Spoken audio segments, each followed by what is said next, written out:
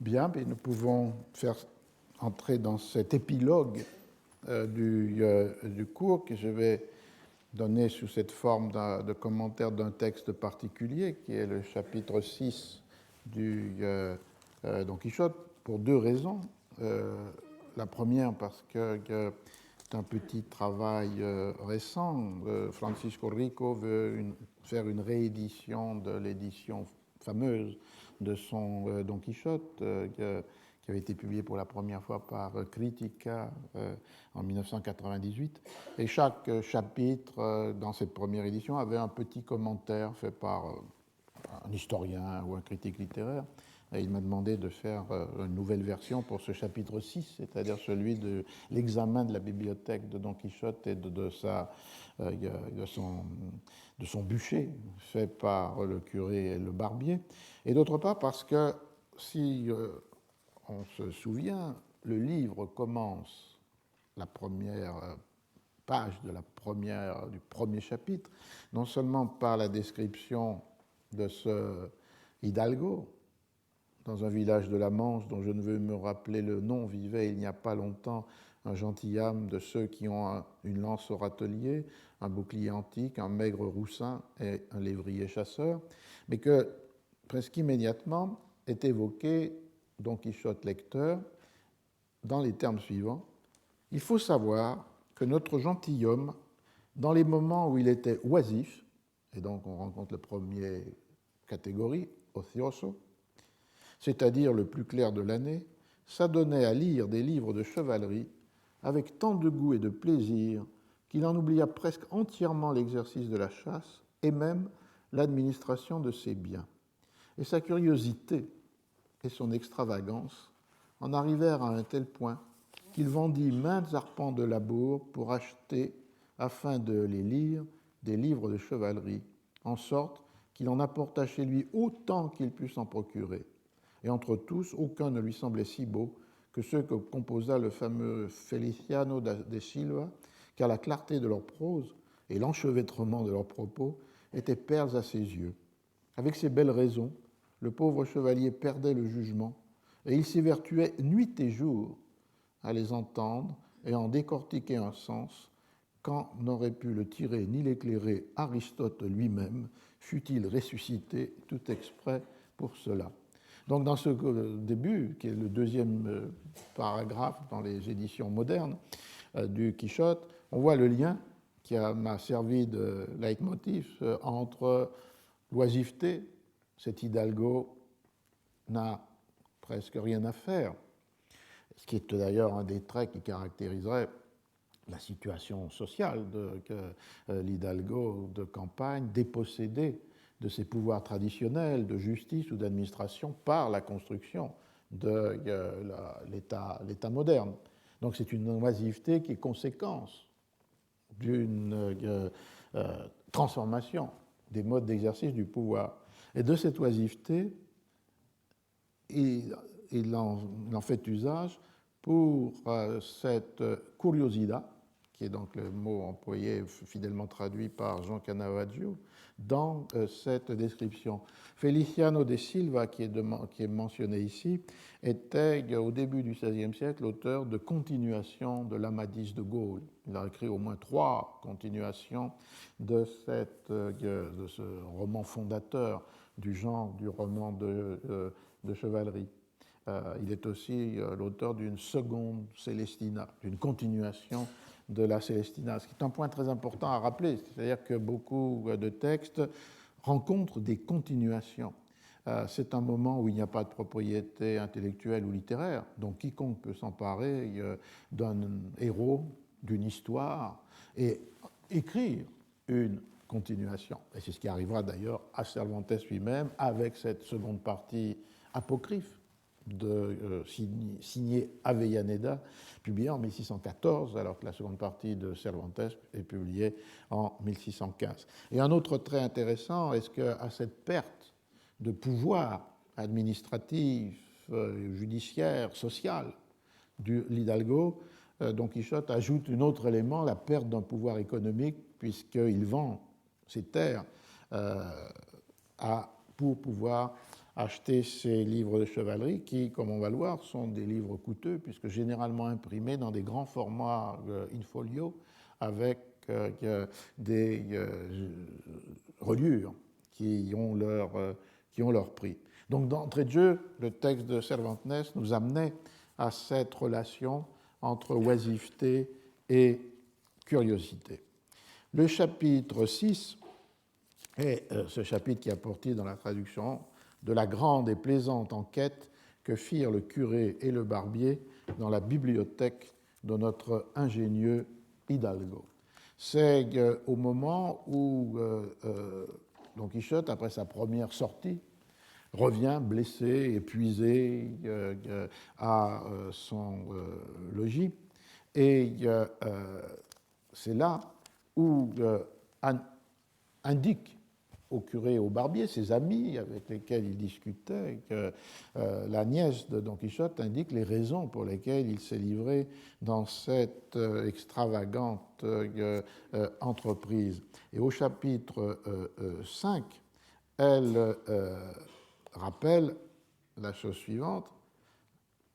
Sachez, maître Nicolas, tel était le nom du barbier, qu'il est arrivé plus d'une fois à monsieur mon oncle de passer 2 jours avec leurs 2 nuits à lire ces misérables livres de mésaventures, à la fin desquels il jetait le livre, empoignait son épée et s'escrimait à grands coups contre les murs. Quand il était là, il disait qu'il avait tué 4 géants qui étaient comme 4 tours, et la sueur qui coulait de sa figure, il disait que c'était le sang des blessures qu'il avait reçues dans la bataille. Puis, il buvait un grand pot d'eau froide et se retrouvait sain et dispos, disant que cette eau était un précieux breuvage que lui avait apporté le sage Esquif, un grand enchanteur de ses amis. Donc il y a l'inculpation de la bibliothèque comme la raison de cette déraison de Don Quichotte. Du coup, le curé et le barbier vont entrer dans cette bibliothèque, les livres qui avaient réuni dans une pièce particulière l'Hidalgo, Don Quichotte, et commence le chapitre 6. Don Quichotte dormait encore, puisqu'il était épuisé et blessé par ses premières mésaventures. Le curé demanda à la nièce les clés de la chambre où étaient les livres, auteurs du mal, et elle les lui donna de fort bon gré. Et ils y entrèrent tous, et ils y trouvèrent plus de 100 gros volumes fort bien reliés, et encore d'autres livres plus petits. Donc on voit d'entrée de jeu que la bibliothèque de Don Quichotte, telle qu'elle est là, perçue par le curé et le barbier, est une bibliothèque importante, plus de 100 livres bien reliés et de grand format, ce sont les livres de chevalerie, et aussi d'autres livres dont on ne donne pas le nombre, mais qui sont plus petits et qui sont des livres de poésie. Et au chapitre 24 de la première partie, Don Quichotte, dans le dialogue avec Cardenio, indique qu'il possède plus de 300 livres qui sont le délice de mon âme et le divertissement de ma vie. 100 livres, 300 livres, c'est une bibliothèque très considérable selon les critères du XVIe siècle espagnol. Une étude a été faite précisément sur Salamanque au XVIIe et qui montre que seulement 14% de la totalité des bibliothèques qui ont eu un inventaire avaient plus de 100 livres. Et ces bibliothèques sont déjà exceptionnelles, puisque, évidemment, ce n'est le cas que d'une petite partie de la population de Salamanque, le fait d'avoir une bibliothèque. Et même dans ce cas, pour les nobles et pour les professions libérales, très rares sont les bibliothèques de plus de 200 livres. Donc on voit qu'on comprend pourquoi Don Quichotte s'est ruiné pour cette acquisition, puisqu'une bibliothèque de 300 livres, comme il le dit, est une bibliothèque tout à fait considérable selon les normes du temps. Alors, entré dans la bibliothèque, le curé et le barbier commencent ce que le texte espagnol désigne comme le escrutinio de la bibliothèque. Et pourquoi ce mot, bien traduit aussi par Jean Canavasio comme l'enquête, parce que escrutinio Et évidemment, dans le Tesoro de Covarrubias, donne d'abord un sens politique au mot, mais il donne des équivalents latins, investigatio, inquisitio, qui conduisent évidemment à une traduction comme celle d'enquête, et avec un arrière-fond, qui est évidemment l'arrière-fond de la comparaison avec les actes de l'Inquisition. Dans le chapitre précédent, la nièce avait déjà ouvert cette voie vers une matrice pour ce chapitre qui est les procédures de l'Inquisition, en disant « Mais c'est ma faute à moi seul, je ne vous ai pas averti, messieurs, des extravagances de monsieur mon oncle, afin que vous le guérissiez avant qu'il n'en arrive où il est arrivé, et que vous brûliez tous ces excommuniés de livres, car il en a tout plein, et qui mériteraient d'aller au feu comme s'ils étaient l'œuvre d'hérétiques. » Et donc la nièce situe d'emblée cette purge nécessaire de la bibliothèque dans le contexte du lexique de l'Inquisition.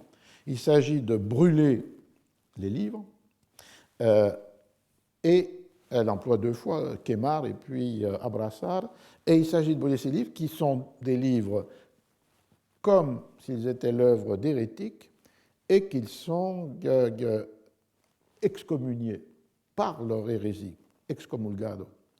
Il y a donc descomulgados, pardon. Il y a donc la matrice de tout ce chapitre qui est celle d'un acte public de l'Inquisition, puisqu'il dit, le curé lui répond, « J'en dis autant, moi aussi, et par ma foi, demain ne se passera pas sans qu'il ne se fasse de ces livres un procès public, un acto publico, et qu'on ne les condamne au feu, afin qu'il ne donne pas occasion à qui les lira de faire ce qu'a fait mon bon ami. » Donc on a une sorte de matrice textuelle qui est donnée par les procès ou les procédés de l'Inquisition, et on le voit avec dans beaucoup d'éléments. Les premiers éléments, c'est que alors que la gouvernante voulait qu'on brûle tous les livres, le curé dit « non, on va les examiner l'un après l'autre », donc une sorte d'examen titre après titre, comme on peut le faire pour établir un index ou le fait pour la condamnation d'un procès d'inquisition. Et d'autre part, le curé va prononcer des sentences, en général de condamnation, parfois de pardon du livre. Quand il s'agit de condamnation, les livres sont jetés par la fenêtre à la gouvernante qui se trouve au pied de la bibliothèque, qui devait se trouver au premier étage de la maison de Don Quichotte, et elle les transporte au lieu où sera fait seront brûlés comme les bûchers de l'Inquisition. Alors, l'utilisation de cette matrice de l'Inquisition avait une suggestion, une alternative, c'était celle que propose la gouvernante, parce que lorsqu'elle entre dans la chambre, elle entre et elle revient pour retourner dans la chambre avec une écuelle d'eau bénite et un goupillon. Prenez, dit-elle, monsieur le licencié, c'est-à-dire monsieur le curé, arrosez cette chambre, de peur que ne vienne ici un de ces enchanteurs dont ces livres sont remplis, et qu'ils nous enchantent pour peine de celle que nous voulons leur faire en les chassant hors du monde. Donc ici, un répertoire qui aurait été une magie et non pas une hérésie. Le résultat de condamnation pouvait être le même, mais elle introduisait cette dimension, le livre comme porteur ensorcelé. Et c'est une thématique évidemment importante, l'idée que le livre de magie peut être le paradigme de tous les livres, un pouvoir secret dans les livres, un pouvoir qui peut être maléfique, et que ceux qui s'en emparent sont touchés, atteints par ce pouvoir maléfique. Et elle emploie d'ailleurs le vocabulaire qui était ce vocabulaire qui décrivait la fiction au siècle d'or, le vocabulaire de l'enchantement. Ces livres nos cinquantaines, ils nous enchantent, mais dans un sens fort, c'est-à-dire qu'ils sont comme projetant des sorts sur les individus. Donc il y a ces deux registres. Évidemment, le registre que va exploiter Cervantes, c'est le registre de la référence au bûcher de l'Inquisition. Et du coup, la question s'est posée, pourquoi? Quelle est la signification que Cervantes veut donner en impliquant cette comparaison entre l'escrutinio comme inquisitio, comme enquête menée par l'Inquisition, et d'autre part l'examen, puis pour la grande majorité la destruction des livres de Don Quichotte. C'est un point qui reste difficile à interpréter. Est-ce que c'est une parodie, une forme carnavalesque de référence avec les procédés de l'Inquisition? Le titre, vous l'avez entendu, de la grande et plaisante enquête, del donoso y grande scrutinio. Donc une sorte de parodie pour faire rire. Ou est-ce que c'est une critique indirecte de l'Inquisition et de ses procédés répressifs contre les livres? Ou est-ce que c'est finalement une position ambivalente de Cervantes, qui par ailleurs a toujours justifié la nécessité d'un contrôle, d'une censure sur les livres, mais en même temps peut-être on peut déplorer les excès. L'intention d'auteur ici reste extrêmement difficile à déchiffrer et chacun peut la donner en projetant l'idée qu'il se fait d'un Cervantes libéral et opposé aux formes de contrainte dans l'Espagne de son temps, ou bien d'une autre perspective où le livre est entièrement pris dans ce répertoire parodique. Et donc, du coup, on ne peut pas y déceler une intention qui serait de nature idéologique, si on rappelle d'autant plus que Cervantes, un peu plus tard, à la fin de sa vie, était un catholique particulièrement fervent. Il a été membre de plusieurs confréries, de plusieurs tiers-ordres. Donc, il y a là une indissociabilité de cette intention. Ce qui reste, c'est le fait que Cervantes utilise méticuleusement les références aux procédures de l'Inquisition. Par exemple, lorsque le curé évoque tous les livres de chevalerie qui correspondent aux matières de France, il indique que dans ce cas-là, il faudra non pas détruire immédiatement ces livres, mais leur laisser un peu de temps. Je cherche le passage précis. C'est l'idée que, voilà, que l'on jette ou que l'on mette en dépôt dans l'expression c'est pozo seco, dans un dépôt, dans un puits sec, ce livre, et tous ceux que l'on trouvera traitant de cette matière de France, jusqu'à ce qu'avec plus mûre délibération, l'on voit ce qu'il y a lieu d'en faire. Et c'était un procédé de l'Inquisition, en suspension de certains jugements, de déposer dans un dépôt qui pouvait prendre la forme d'un puits asséché, dans lequel on faisait descendre les livres, une série de livres en attendant une qualification, condamnation ou pardon de la part des inquisiteurs. Mais ce pozo seco est une allusion directe à une pratique de l'Inquisition.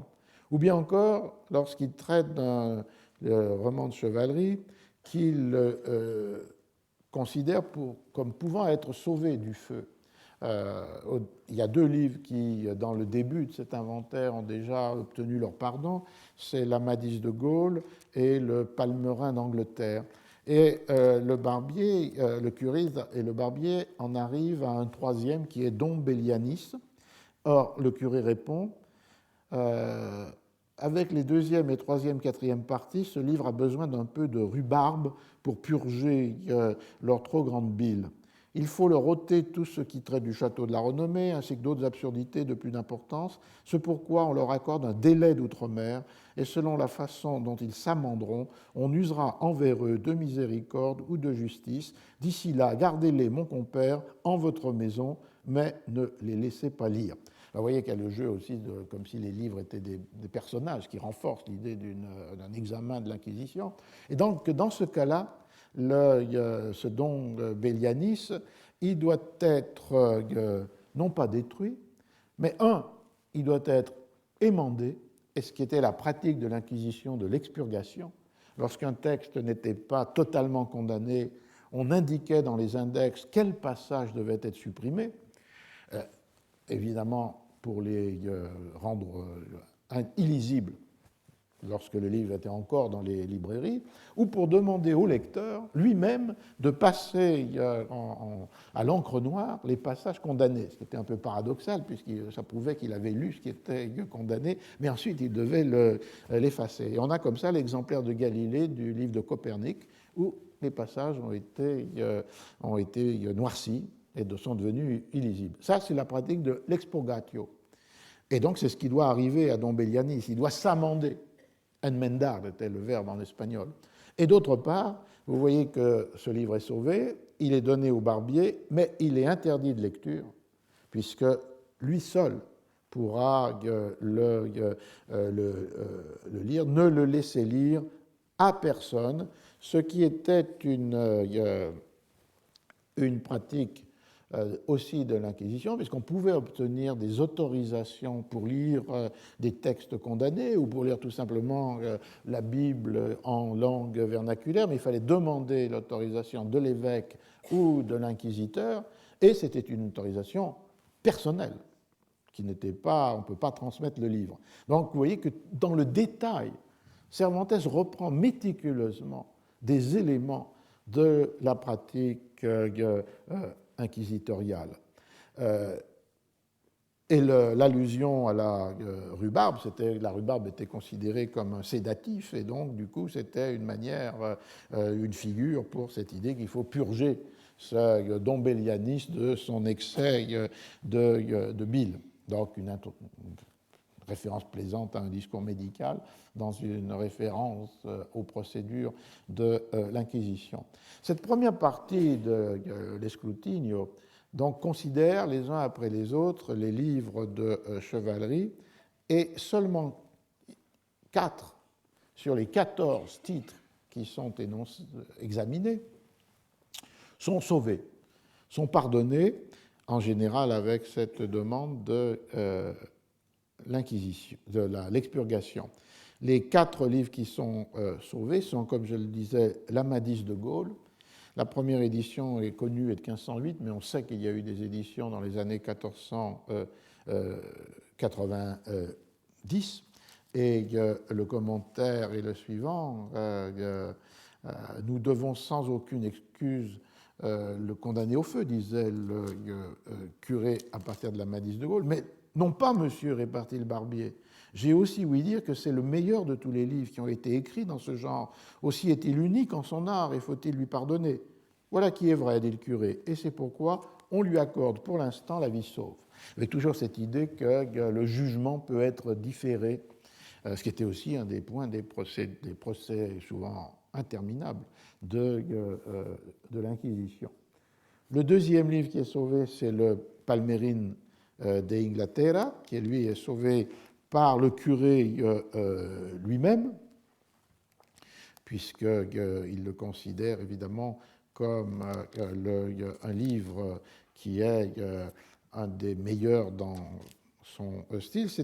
Et pour une autre raison, c'est que le Palmerin de Inglaterra est un livre qui est une traduction au castillan du portugais, je cite, et que l'on garde et l'on conserve comme chose unique cette palme d'Angleterre, et qu'on lui fasse un coffret pareil à celui que trouva Alexandre dans les dépouilles de Darius, et qu'il choisit pour garder les œuvres du poète Homère. Ce livre, monsieur, mon compère, a de l'autorité pour 2 choses. L'une, c'est qu'il est en lui-même fort bon, et l'autre, c'est que le bruit court qu'il fut composé par un roi de Portugal, plein de discernement. Aussi dis-je, sauf votre meilleur avis, maître Nicolas, que ce livre et Amadis de Gaulle doivent être exemptés du feu et que, sans plus de recherche ni d'examen, tous les autres périssent. Et c'est là où le barbier lui dit « Mais j'ai aussi Don Bellianis ici dans les mains » et qui explique qu'on doit l'expurger avec de la rhubarbe textuelle. Et alors, donc, le Palmérine de Inglaterra était considéré effectivement comme un livre possiblement écrit par un des rois de Portugal. Mais ce qui est intéressant, c'est qu'un des livres clés du répertoire castillan des livres de chevalerie est en fait une traduction du portugais. Le troisième livre sauvé, on vient de l'entendre, c'était Don Bellianis, et le quatrième, c'est Tirant le Blanc, qui est le grand livre de chevalerie écrit en catalan, et que le curé le sauve avec une grande admiration. « Dieu me protège !» s'exclama le curé en poussant un grand cri. « Tirant le Blanc est donc ici. Donnez-le-moi, mon compère, car j'estime avoir trouvé en lui un trésor de contentement et une mine de divertissement. » Et il explique, à la vérité, par le style, c'est le meilleur livre du monde. Les chevaliers y mangent, y dorment et y meurent dans leur lit, et y font testament avant leur mort, avec toutes ces choses qui manquent aux autres livres de ce genre. Néanmoins, celui qui l'a composé aurait mérité, vous dis-je, pour n'avoir pas fait exprès de dire tant de sottises, d'être envoyé aux galères pour le restant de ses jours.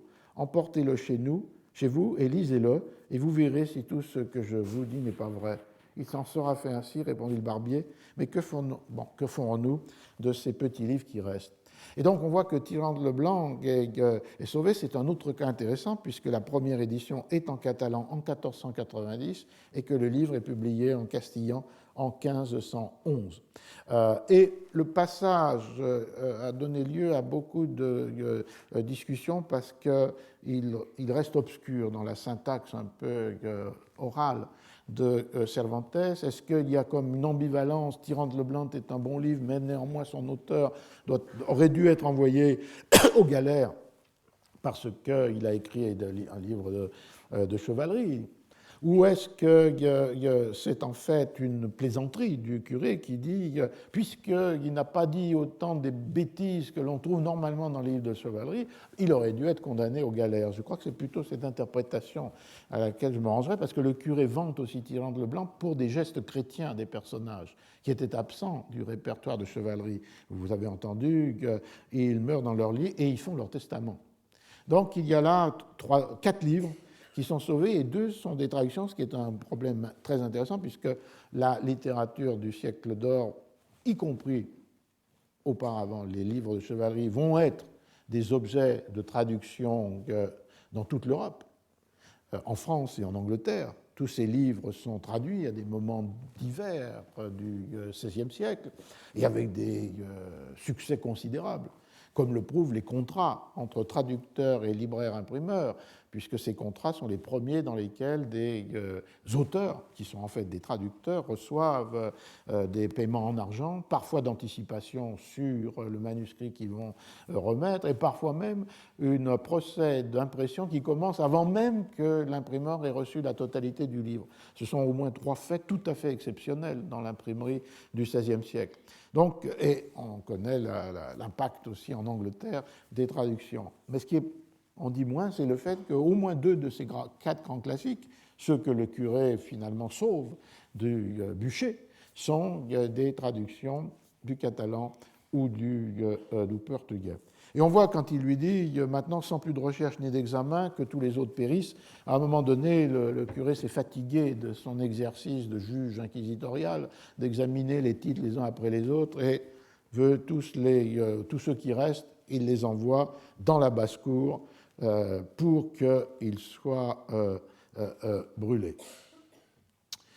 Et c'est à ce moment-là, d'ailleurs, que tombe de toute cette balle de livres qu'il donne à la gouvernante pour l'amener brûler, que tombe le Tirant le Blanc. Donc il y a un procédé qui est par hasard, que Bellianis était au moment où on voulait détruire tous les livres, et au moment où on passe à la destruction de tous les livres, Tirant le Blanc est sauvé.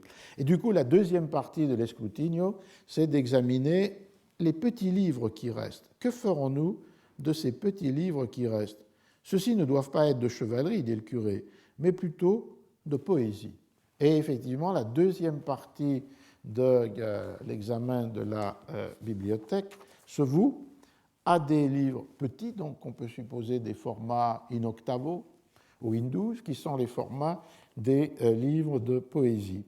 Et peut-être plus qu'on ne l'a dit, il y a un ordre, là, dans la bibliothèque de Don Quichotte, et qui renvoie à un ordre voulu par Cervantes dans cet exercice qui est cet escrutinio, qui a deux grandes dimensions. Une dimension qui est cette matrice inquisitoriale, avec l'interrogation sur sa signification.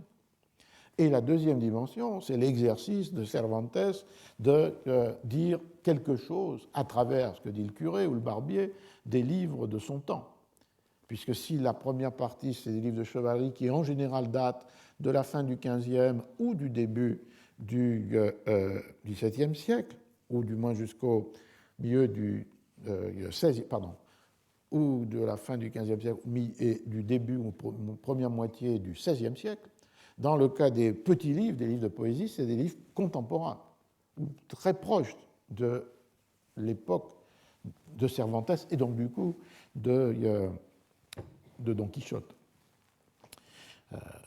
Et dans ce cas-là, ce qui est l'exercice de Cervantes est une sorte d'exercice de critique littéraire divertissante par rapport à des contemporains, un procédé qu'il reprendra dans un des livres de la fin de sa vie, qui est El viaje del Parnaso, le voyage au Parnasse, dans lequel Cervantes lui-même est emmené au Parnasse et le livre se déploie sur une sorte de jeu entre les condamnations esthétiques ou les valorisations des livres de ses contemporains.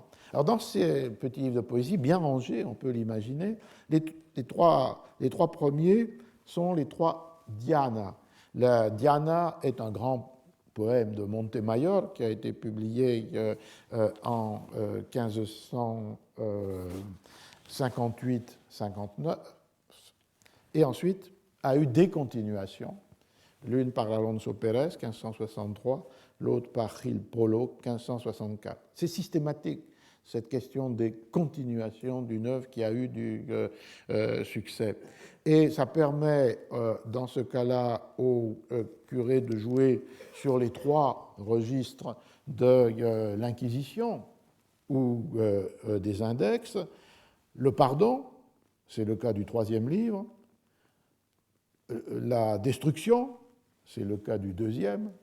Et l'émendation, l'expurgation, c'est le cas du premier, c'est-à-dire de l'original du texte de Jorge de Montemayor. Il y a donc là une volonté, avec ces trois livres qui sont les trois Dianes, ou les trois Dianas, de jouer avec ce répertoire des possibilités des jugements de l'Inquisition. Voilà, dit l'un, que l'un ne soit condamné, que l'autre soit gardé comme si elle était d'Apollon lui-même, et que le troisième soit expurgé de ce qui ne convient pas.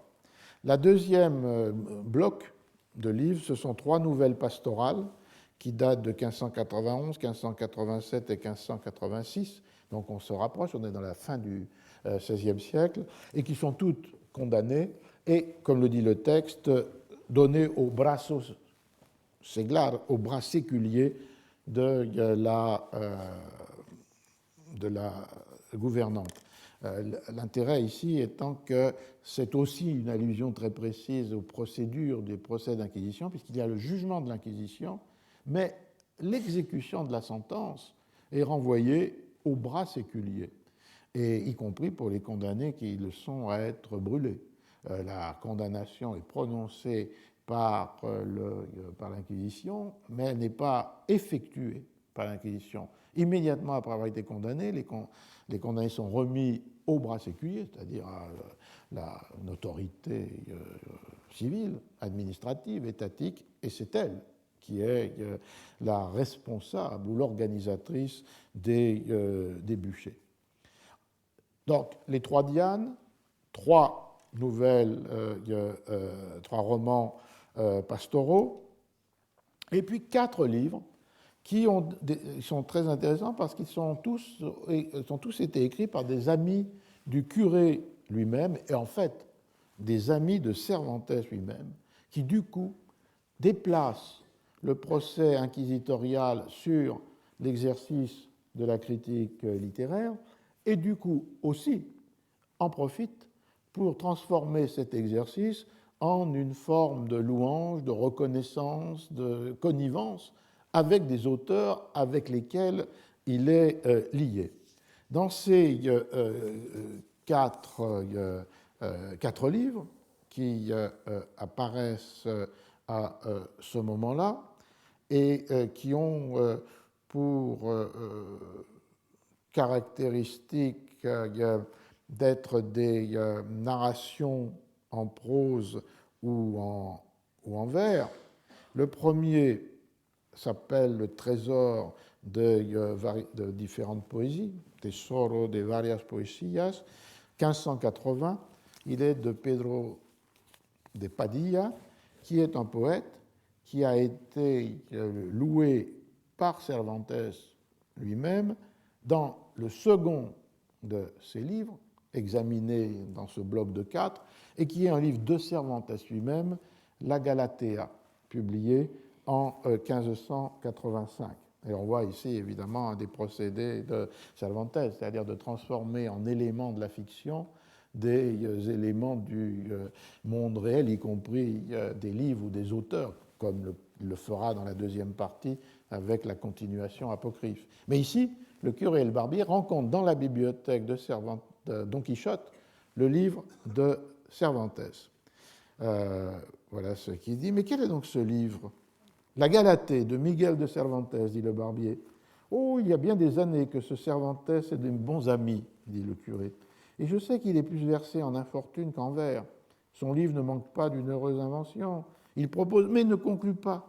Il faut attendre la seconde partie qu'il promet. Peut-être en s'amendant, obtiendra-t-il la pleine miséricorde qui lui est pour l'instant refusée. Et jusqu'à ce qu'on voie cela, tenez-le reclus dans votre maison, monsieur mon compère. Et il y a les 2 livres, donc celui de Cervantes, La Galatée, qui citait ou qui louangeait le précédent, celui de Padilla, tous les 2 sont soumis à ce procédé de l'expurgation, puisque le premier, le trésor de diverses poésies, le curé disait, il faut échardonner le livre et l'émonder de certaines bassesses qu'il a parmi ses grandeurs. Donc, 2 livres liés à la fois par le curé, mais aussi par Cervantes, qui a introduit une louange à Padilla dans son propre Galatea. Et les 2 autres livres sont aussi des amis du curé et des amis de Cervantes.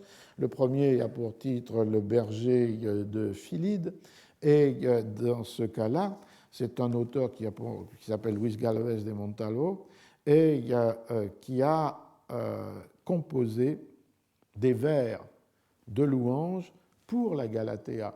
C'était un usage, vous savez, répandu au XVIe siècle. Les livres s'ouvrent avec tout un ensemble de poèmes qui sont des poèmes de louanges pour l'auteur ou pour le livre, ce qui expliquera la parodie qu'en fait Cervantes dans le Quichotte, puisque dépourvu de ces vers de louanges des poètes, l'ami qui dialogue avec l'auteur dans le prologue dit qu'il a qu'à les inventer lui-même. Et dans ces poèmes de louanges, il y en a même qui sont écrits par le cheval du Cid pour Rocinante. Donc une moquerie de ce genre, mais qui est un genre bien établi, où un livre se donne de l'autorité par les louanges qu'il ouvre et qui ont été écrites en général sous forme versifiée par d'autres auteurs ou des savants. Et dans ce cas-là, Luis Galvez de Montalvo avait écrit certains des poèmes qui ouvrent la Galatée, et c'est le cas de l'autre auteur, López Maldonado, dont on rencontre dans la bibliothèque de Don Quichotte le cancionero, le chansonnier. Et il y a donc là toute un tissu de relations, supposément construit autour de la figure du curé, mais en fait qui introduit dans la bibliothèque, pour les sauver, les livres qui sont ceux d'amis de Cervantes et où l'amitié s'est traduite par ces sortes d'échanges textuels, puisque dans le cas de Maldonado, il a composé des vers pour la Galatea, mais Cervantes a composé l'année suivante un poème de louange pour son cancionero. Donc il y a comme une sorte de commerce, d'échange de vers, de louanges qui lient les individus les uns avec les autres. Donc des sortes d'amitié littéraire qui s'incarnent, qui s'inscrivent dans les livres eux-mêmes. Et c'est pourquoi ces 4 livres sont ensemble. Maldonado, Montalvo, Padilla et Cervantes lui-même, parce que c'est le même réseau d'amitié d'écriture qui les lie les uns aux autres. Et dans les années 80, lorsque Cervantes est revenu des services de l'armée, c'est autour de cette première sociabilité que s'est construite sa première œuvre, la Galatée, dont il annonce régulièrement ici, et puis plus tard encore dans même le dernier de ses livres, le prologue du Père Siles et Sigismunda, dont j'avais parlé l'année dernière, la publication prochaine. Mais la Galatea n'aura jamais cette suite, cette seconde partie de Cervantes. Là, l'inventaire se termine avec 3 autres livres qui font bloc. Vous voyez donc que là, il y a un ordre raisonné qui est supposément un ordre bibliothécaire et qui est en fait un ordre littéraire qu'impose Cervantes. Ces 3 autres derniers livres sont liés parce que ce sont toutes des poèmes, un grand poème épique. Le premier est la Araucana de Ercilla, qui a été publié dans le premier volume en 1569. Le second, la Austriada de Ruffo, 1584. Et le troisième, El Monserrato, de 1587. Ce qui est intéressant, c'est le fait que dans ces 3 poèmes, il y a donc l'épopée de la monarchie espagnole, mais surtout que dans le deuxième et le troisième, qui sont beaucoup moins connus que l'Araucana, qui est le grand poème de la conquête du Chili et des guerres contre les Indiens araucanes, dans les 2 autres, il y a un événement cervantin. C'est-à-dire que dans ces 2 poèmes, une place essentielle est jouée par la bataille de Lépante de 1571, c'est-à-dire cette grande bataille navale qui a opposé les forces des princes chrétiens, dont Juan d'Autriche, Venise, la papauté, aux Ottomans. Et bataille dans laquelle Cervantes a perdu une main. Et donc, du coup, cet événement de Lépante reste absolument obsessif pour Cervantes.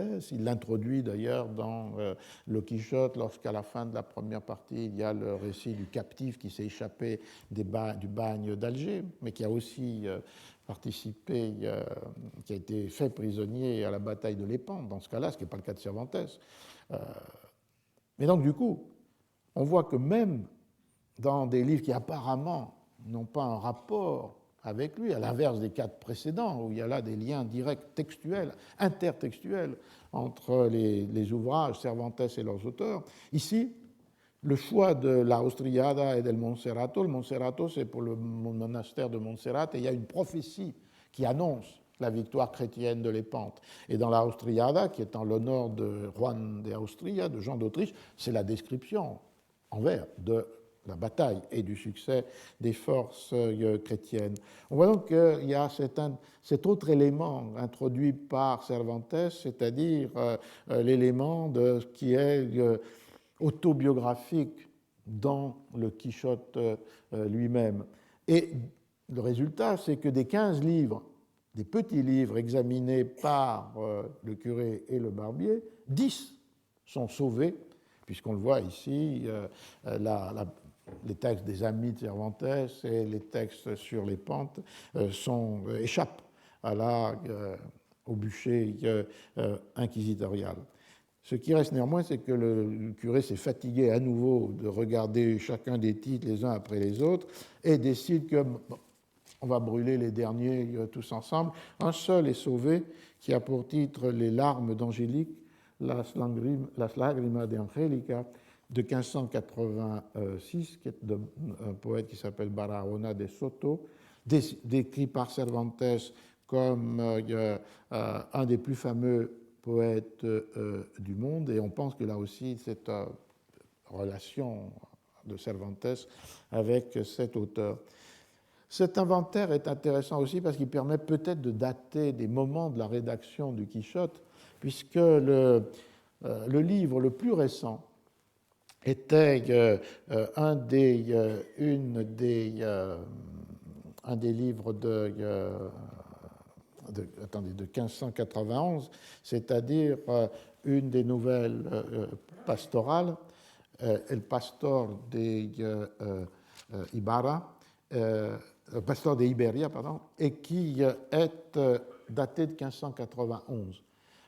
Et que, comme d'autre part, Cervantes, dans la liste, n'inclut pas un livre qui normalement aurait dû prendre place dans les romans pastoraux, qui était l'Arcadia de son terrible ennemi Lope de Vega, qui date de 1596.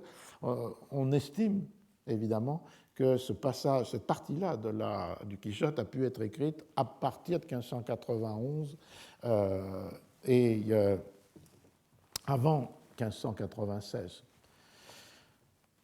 Pour terminer avec cette analyse, on pourrait montrer quel est le rôle que joue cet examen, cette enquête sur la bibliothèque et sa destruction dans le roman.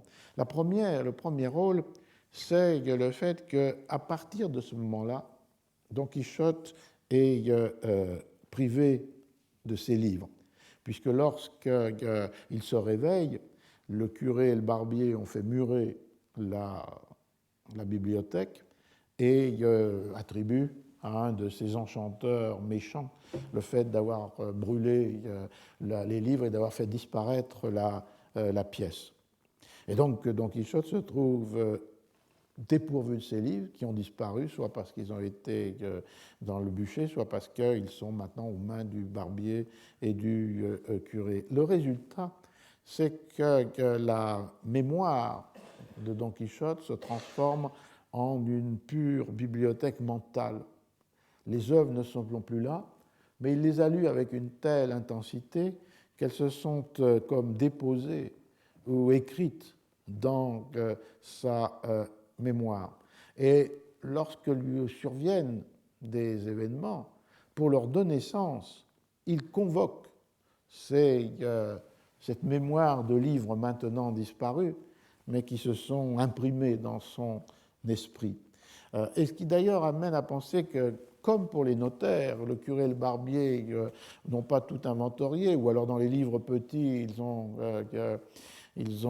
mis toutes sortes de choses, puisque cette mémoire qui revient à Don Quichotte est une mémoire livresque, avant ou après la destruction de sa bibliothèque.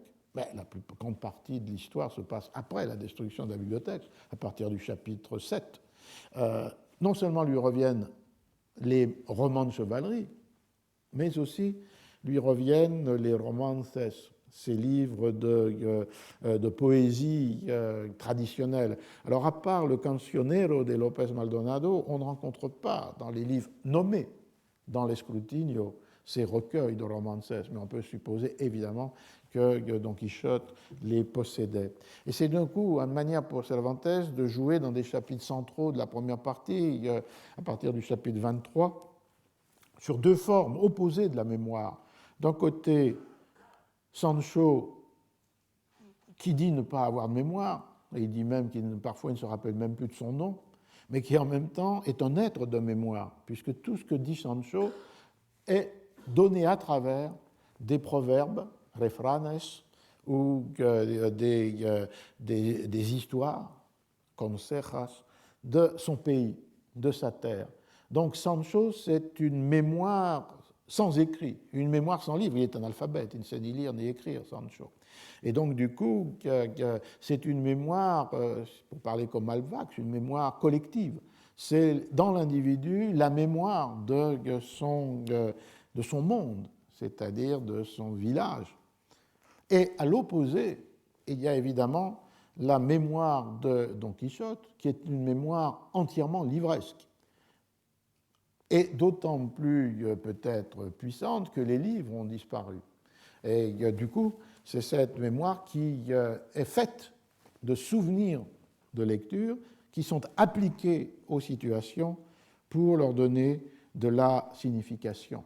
Et un des thèmes essentiels de la première partie de Don Quichotte, c'est cette tension entre les deux formes de la mémoire, une mémoire livresque sans livre et une mémoire purement orale, mais fondée sur une tradition textuelle. L'autre signification peut être une manière pour Cervantes, pour ceux qui pourront le déchiffrer, d'introduire ce jeu sur de critique littéraire et d'autre part d'introduire sa propre existence comme écrivain dans le livre lui-même à partir de ces références multiples et croisées à des auteurs pour lesquels il a écrit des poèmes ou qui ont écrit des poèmes pour lui. Un autre élément qui anticipe quelque chose qu'on rencontre plus tard et qui se lie avec beaucoup des thèmes du cours de cette année, c'est la critique des traductions qu'il reprend lorsqu'il visite l'imprimerie la deuxième partie, chapitre 62, à Barcelone. Dans la mesure où il y a une critique qui est faite des traductions, considérant qu'elles sont toujours inférieures à leur original et que finalement elles sont inutiles. Et il le fait à partir des traductions de l'Arioste en espagnol. Quant à ce livre-là, si je le trouve ici et qu'il parle une autre langue que la sienne, je ne lui garderai aucun respect, mais s'il parle dans son idiome, je le porterai au nu. Cette idée, donc, qui est une idée de Cervantes sur l'inutilité des traductions, sauf si elles sont des langues majeures, celles du grec et du latin. Et finalement, dernier point, peut-être cette ambivalence de ce que signifie la censure. Elle n'est peut-être pas récusée aussi frontalement qu'on pourrait le penser si on donnait une lecture un peu anachronique de ce chapitre comme étant une dénonciation de l'Inquisition. D'ailleurs, les censeurs ne l'auraient pas vu, puisque le livre a reçu toutes les approbaciones et licencias nécessaires. Donc il est certain que le livre a été pris sur ce registre de la parodie, de la satire, ce qui ne veut pas dire qu'il n'y a pas derrière peut-être d'autres lectures possibles, mais qu'à première vue, à première lecture, est assez sérieuse, puisqu'il s'agissait d'établir la possibilité ou non de publier un texte, ça n'a pas été perçu comme tel. Le livre a été reçu dans sa première existence comme un livre de divertissement, d'entretenimiento, et donc du coup comme parodique, y compris dans ce chapitre 6. Mais si on veut introduire, même peut-être inconsciemment, de la part de Cervantes, quelque chose qui déborde ou déplace ce plaisir de divertissement, on peut le voir dans le jugement qui est porté au chapitre 7, c'est-à-dire le chapitre suivant, sur ce qui est arrivé à la bibliothèque. Il y a sinon un repentir, mais une forme de reconnaissance de l'injustice de ce qui est advenu. Puisqu'il est à ce moment-là dit, d'une part, cette nuit-là, la gouvernante brûla et consuma tous les livres qui étaient dans la cour et dans la maison, et certains furent probablement brûlés qui méritaient d'être conservés en d'éternelles archives. Mais ni leur sort, ni la paresse de l'examinateur ne le permirent, et ainsi s'accomplit en eux le proverbe qui veut que les justes paient pour le pécheur. Et donc cet retour sur l'événement qui a eu lieu et traduit bien, je crois, cette ambivalence qui est présente dans ce chapitre. Il y a de l'injustice. Là, l'examinateur, donc le juge inquisitorial, n'a pas pris tout le soin, puisque par 2 fois, il a dit qu'il était tellement fatigué, le curé, qu'il a demandé à ce qu'on brûle tous les livres qui restaient, sans les examiner. Et donc, du coup, d'introduire cet élément de l'injustice du châtiment est peut-être un élément qui peut supporter soit l'idée que Cervantes, dans la parodie, a voulu introduire un autre élément, soit que d'un certain sens, dans une manière presque inconsciente, automatique, cette ambivalence lui était présente dans la relation avec les institutions de son temps. Mais du coup, on voit que le texte ici se termine avec un refrain, un proverbe, mais qui est en fait d'origine biblique. Les justes payent parfois pour les pécheurs. Merci.